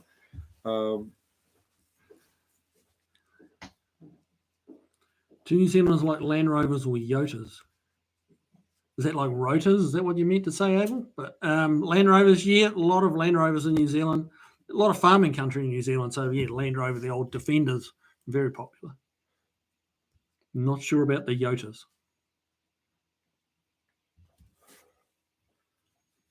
BC Valiant, New Zealand. Tony, ask Kiwi to come on the show. I'm on the show. He's here right now. I'm here. And he has his own channel. Maybe he means again. Whenever you want to come. I'd come back again. This has been fun. I've had a blast. It's not over yet. Oh, it'll spiral soon. I mean, you're enjoying yourself now, but we try to crash and burn right at the very end. Right at the end? Yeah, Okay. exactly. So we would go home and lick our wounds. It's okay. Thank you, sir. I have a craving to get a new Challenger Charger into my life. Tell me why you think I should or shouldn't. 382 is $30,000 and Hellcats are 50,000 plus used. I can't give you an opinion on that. I'm not into them. I'm just not into them. I wish I was, but I'm not. What do you think? That Hellcat that's something else, man. It's quite an engine. And you're getting a lot. You get a whole car for with made 700 oars. But there's too much stuff in it. Like Well, if it you came can't with work on manual it. It'll be steering and roll down windows and an oil pressure gauge, and that's it. Like that's all they want. You see what I'm saying? I get it. I But roll down my I window. like power windows and air conditioning. No, I don't want any of that shit. No. No, not on a hot rod. If I'm driving a limousine, you know what I mean, or something like that, okay, yeah, give me the AC, give me the power steering, give me power windows and everything. But the Challenger, to me, I would like the car, okay, if it had like regular like little bench seat interior and roll down windows and a cigarette lighter and an oil pressure gauge. The only gauge I want is a manual oil pressure gauge. It's the only thing I need. You know they don't put cigarette lighters in new cars anymore? I know they don't do that. They're an auxiliary output or something like that. Yeah. See, I have no interest in any of that stuff. It's like you couldn't give me one. I guess that's your answer, but that's right. I don't even like fan shrouds. I have a phobia about fan shrouds. just the engine. Yeah, it sounds like what Tony wants, really. And it's got to have carburetor and a distributor. Yeah, I get the carburetor thing. I do. Will a 265 Hemi valves fit in a 318 head? I'd have to say probably not. I don't think they're even remotely related. Socks and sandals on the beach in New Zealand is what Uncle Tony wants. Yeah, he'd look like a tourist then, wouldn't he? All my cars have an AM radio. Oh, you're an aristocrat, I see.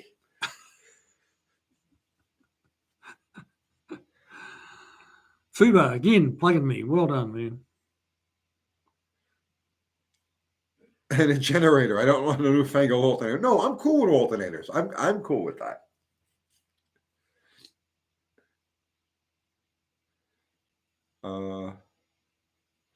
But you can factory back half a Hellcat. Yeah, There's a project.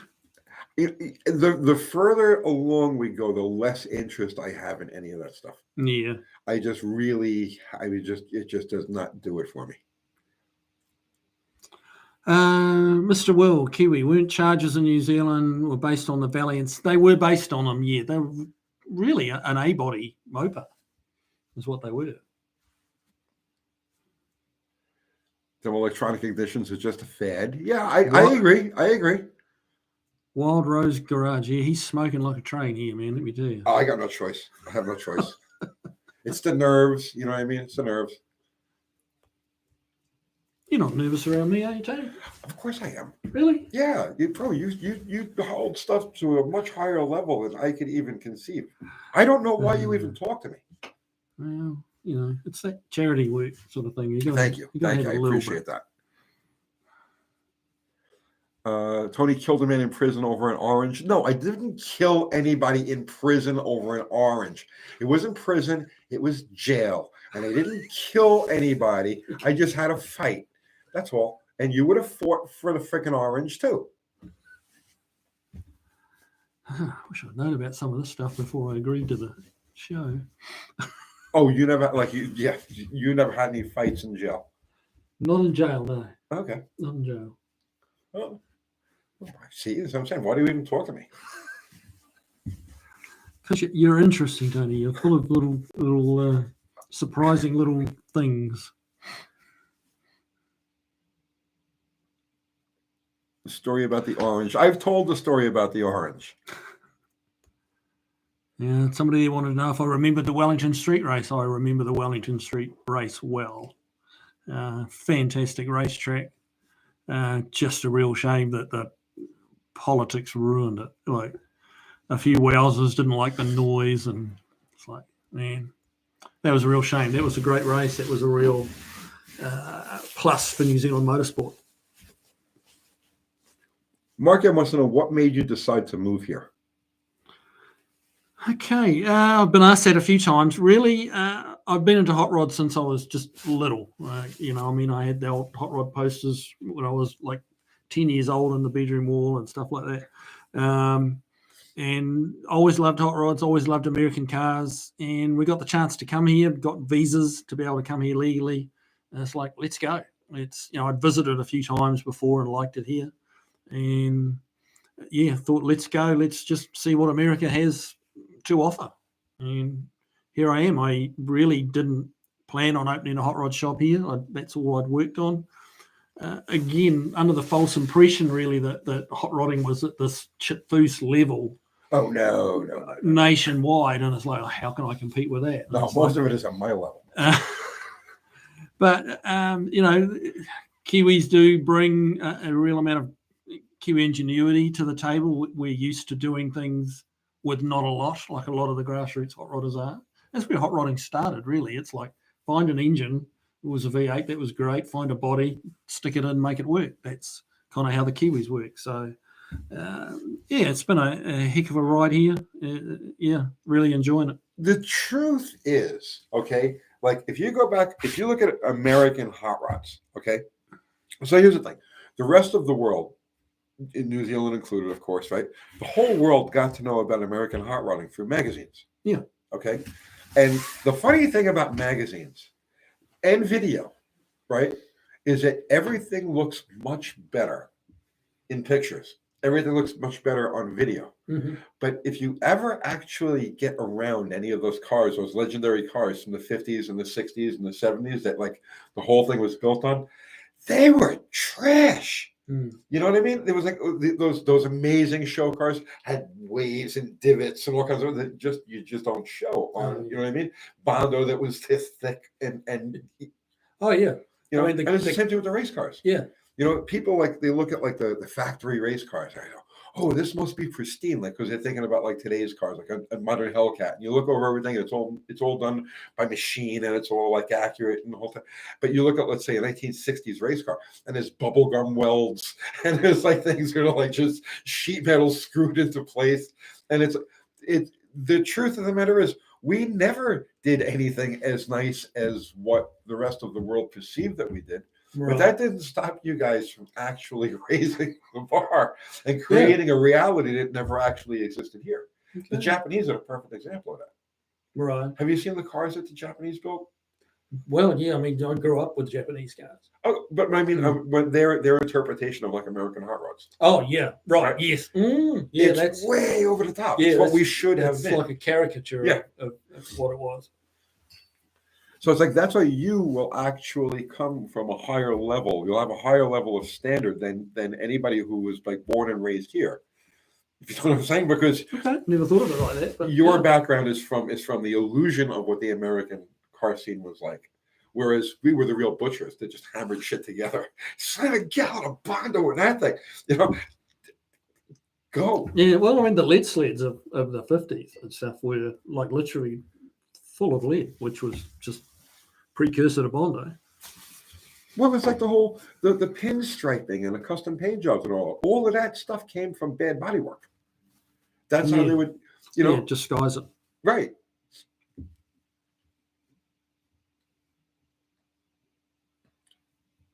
Most customs were built from rigs. There's probably some truth to that.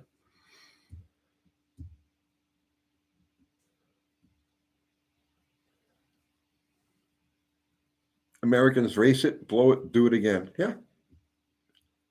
No, seriously, if you look at cars, you look at race cars, professional built race cars from the 50s to 60s, there were some exceptions, like, you know, like the Don Long and Woody Gilmore dragsters were like jewels, right? But those were like few and far between. Like most of the backyard stuff was like just hacked together, but it looked really good in the pictures. Somebody said, yeah, New Zealand was pretty rough back in the day. And you're right, it was. It was. It's yeah, but I mean, everybody's come a long way. The bar is incredibly high now. Yeah. Kiwis shear sheep, not build cars. Well, I've been accused of doing worse things to sheep, I got to tell you. Chris Leisteg wants to know, is there a rat rod culture in Australia, New Zealand? Not that I'm aware of, in all honesty. It's very tough getting cars complied in New Zealand. You can't. Fun police, is one of our Aussie watchers called them. Have come down really hard on any modifications. They're really strict. You have a low volume vehicle compliance that you have to go through. I took a Mustang back a few years back to New Zealand and built it with all their rules and regulations in mind, and took it in to get complied, and it failed miserably. They gave me like a 3-page list of stuff that had to be done on it, and I thought I had the rules down, and I really didn't. They were finding stuff, just bizarre stuff that they needed, wanted done. We had stock fuel lines in it, and in New Zealand they said no, the fuel lines aren't mounted in enough places. You need the mountings closer together. It's like, and they were in the stock locations for Mustangs that have been running like that for 60 years. Wasn't good enough in New Zealand. So rat rods, the fun police would be all over those. They would not like a rat rod. Two Hacks Garage wants to know, great channel, by the way. Two Hacks Garage, you go check him out. Is there many drag strips there, or do you got to go to rural Mexico like the rest of us? Sorry, what? Are there many drag strips there, or do you go to rural Mexico like the rest of us? No, there's quite a few drag strips in New Zealand. It's very popular. They're actually running. They don't run as fast as like the NHRA top fuelers here, but they're not very. We're talking half a second behind them. They're fast. Did you ever see Japanese Top Fuel? No, never seen that. These guys are a special kind of fucking crazy. Oh, Japanese. You think I'm joking, right? No, not at all. You can see there's videos of this. Okay, they race these cars. They race them on a straight of one of their circuits. Okay, these are full on Top Fuel dragsters, like full blown Top Fuel dragsters, and they run them whatever the condition is how they run them. So if it's pouring fucking rain, they run these cars in the pouring rain. There's videos. You guys got to check this out. You think I'm making this stuff up, right? There's videos of them actually racing a pair of Top Fuelers in like this pouring deluge, like just downpour. Wow. And these guys are just they let a rip. It's fucking crazy. They put grooved slicks on. No, they just send it. They just don't care. Good grief. Okay. What else we got? Japanese. Yeah. Sean Fagan's seen that. Yeah.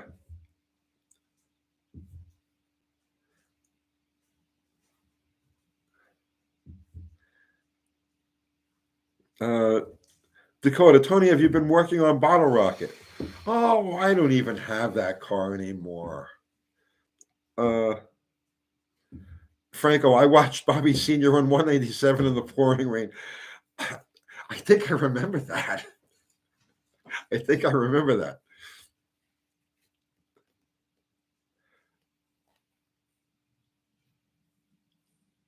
Bottle Rocket was sold.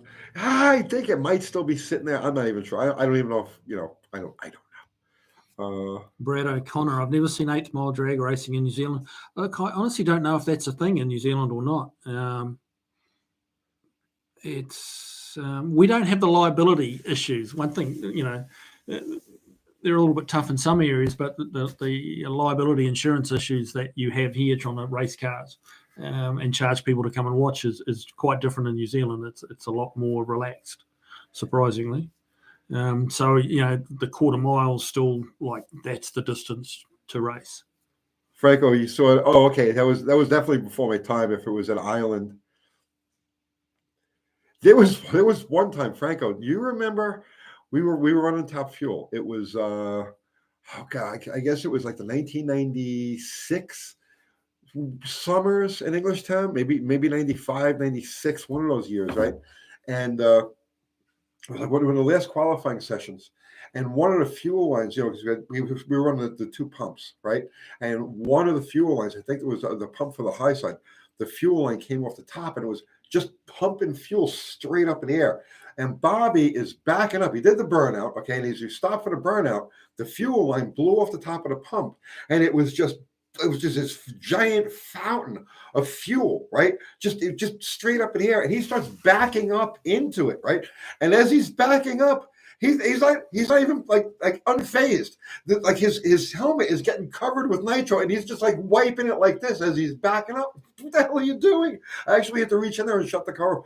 Bobby just didn't care. Like it didn't matter. It could have been rain. It could have been nitro. It didn't make any difference. He was just go. Yeah, Aaron asked, QE, do you like the freedom to drive garbage that can be sketchy here? Yeah, it's sort of one end of the spectrum to the other a little bit. There's some stuff on the roads here that really shouldn't be. But would I want to be back in New Zealand again where you can't do anything?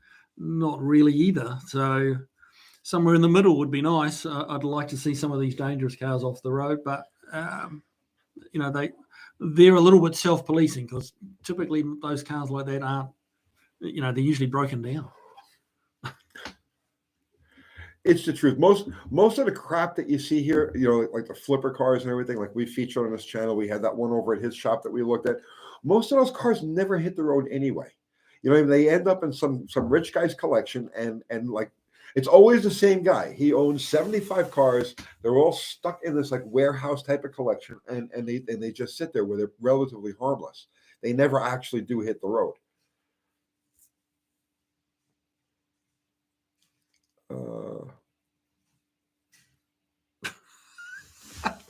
Like Batista, they both went in the hole and the guard ate the orange.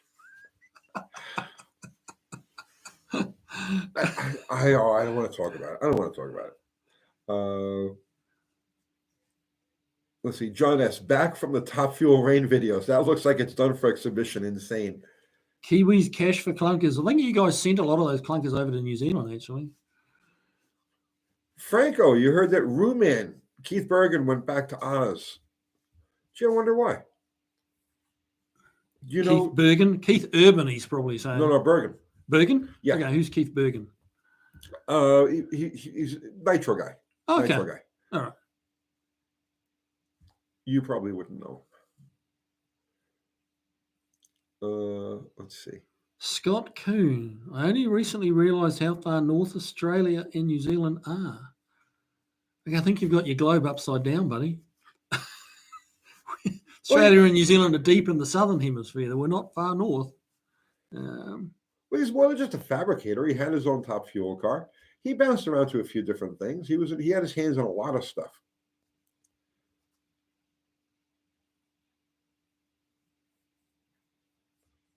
Mr. Will, a lot of new money is pumping into the classic car hobby. That's the truth. Yes, it is.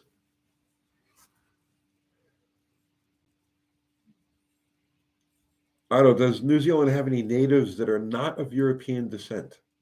Yeah, the Maori people are they're the native New Zealanders. They do have links with like the Hawaiians and Samoans and Tongans. They're not the same. Don't shoot me, my Tongan friends. I get that, but there's some genetic connections there. Do you have any of that in you? No. So what's your ancestry? European English. English. Mm.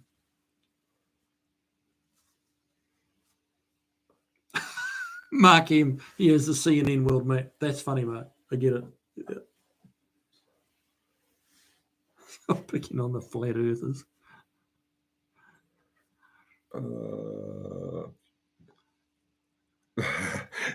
Mountain Garage. Any stories of the Twilight Zone hauler? Bro, I literally, man, I have blocked that thing out of my life, out of my memory. I just, you know what I mean? I've blocked it out of my world. I don't even remember it. I see pictures of it online. I see pictures of it online with the dragster hanging over the front of the thing. I lived out of that ramp truck for years. It was I don't want to even remember. It was bad. Frank Caputo. New Zealand has more sheep than people. Yeah, that's not even close, man. There's like 30 million sheep and 5 million people. That's why we get nicknamed sheep shaggers. I know. You never with the sheep. No. Okay. No. Only she was really pretty.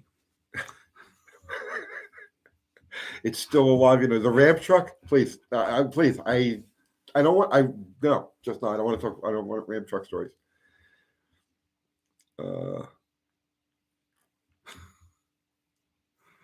Kiwi, do you like Ford Galaxies? My favorite Ford. As I've said, I like all the old American cars. Galaxies are cool. They made some pretty awesome two-door hardtops with big blocks and 4 speeds, and you know what's not to like. They were beautiful cars. The only problem I've ever seen with those, like the mid-60s Fords, all of them, the Galaxies, the Mustangs, the Torinos, all very beautiful cars. The only drawback I ever found with any of those Fords was that they had mechanical parts in them. You know what I mean? Everything else was just right on. They had mechanical parts in them. That's the only drawback, the only downside to Fords of that era. Are you kind of alluding to the fact that they're not very reliable Fords? No. I'm saying that they're extremely nice cars, beautifully styled, outfitted. The interior is beautiful, very comfortable. I mean, they were just the cream of the crop. They were the nicest cars you can imagine. The only downside of them was that they also had mechanical parts in them. You know? You're familiar. Moving right along. You're familiar. You've seen. Yes, I am. You've dealt with some of the I've dealt mechanical with some stuff of that the they put in those mechanicals cars. on Yeah. Fords, yes. This is where I get Because in trouble. Mopars never break down. This is where I get in trouble. Would you do the Gumball Rally coast to coast on the down low? What was Would it? you? Would you do the Gumball Rally coast to coast on the down low? Geez, I don't know. It just depends on kind of mood I'm in. Like if you asked me, that's one of those things. If you say, "Would you do this?" I'd say no, right? But if you were to pull up in front of the shop and say, "Get in, we're doing Cannibal Rally shit," I'd be like, "Okay," and I'm down. You know what I'm saying? So.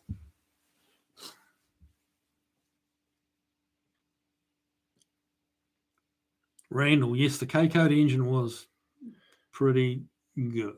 Eugenio Briante, the 65 Mercury Comet, another beautiful car, beautiful, amazing car that unfortunately had mechanical parts.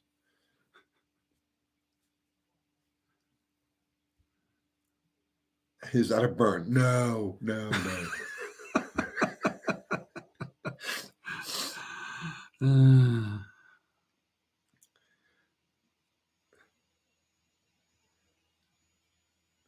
Mopar Mini Garage would absolutely do the gumball if he had a wing car. Okay. Joe Brown wants to know what your favorite car is. I think we've already done this. Yeah, we've covered that. And Yeah. Honestly, I really don't have a favorite. There's just too many good ones out there to pick one. What's wrong with mechanical? Nothing. Just never mind. Just never mind. Tony loves Ford. Yeah, he does really. He just hasn't come out of the closet yet.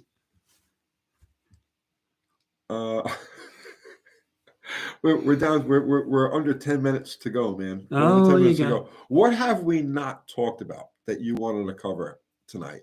Who, me? Yeah. Good question. I didn't think about that.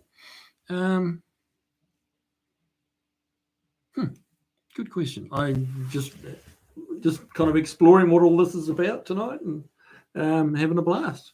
It's Yeah. So how do you like our YouTube audience here? That's cool. This has been really fun. Some funny comments, some good questions. It's cool. I would like to come back again. That would be cool. Yeah. Well, we could do this on your channel. You know. I guess so. Yeah. You know, I could come to your shop, and you could not smoke next to me, and I can bring. I don't know. I could bring like a We'll get you some nicotine patches. How yeah. about that? Yeah. I can bring like a pork loin or something. You know. Throw it on the Barbie. We could do that. Do you throw stuff on the Barbie in? Oh yeah, absolutely. We do. Okay. Absolutely.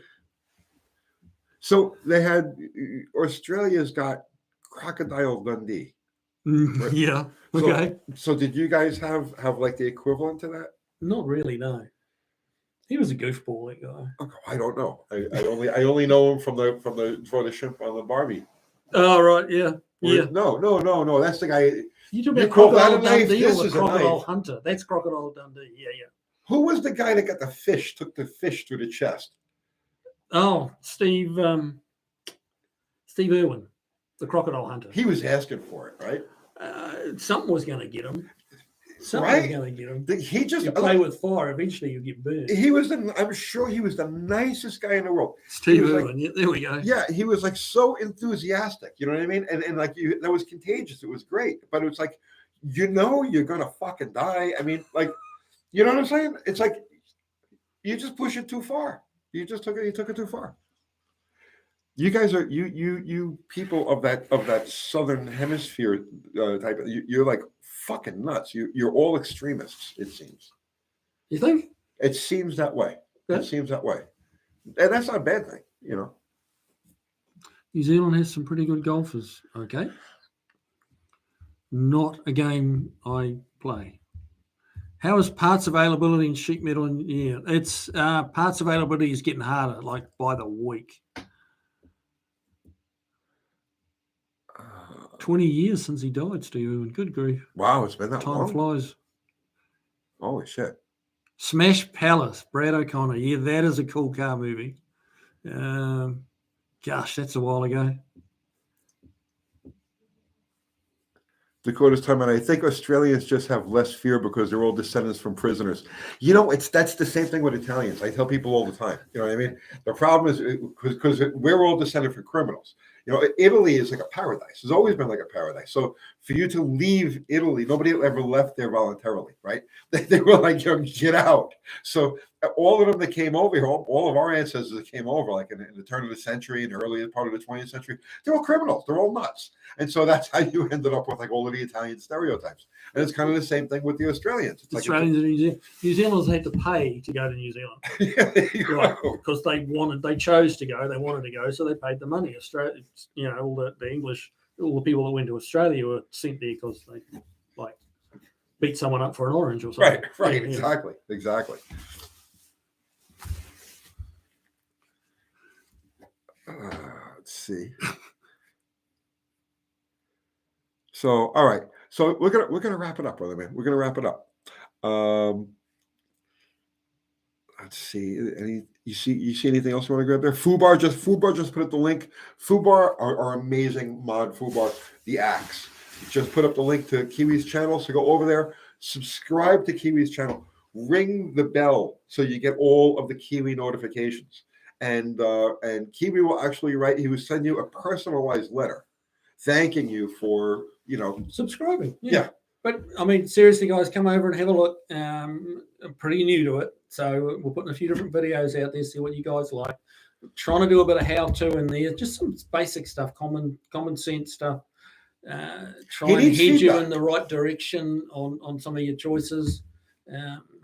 You know, we're going to probably plug a few brands, but we're not getting paid for it. I just want to let you guys know stuff that you like. Well, it's stuff that I like, stuff that I found is good. I mean, we try stuff, and some of it's bad, and some of it's okay, and some of it's good. And I'll give you an honest opinion of what we find.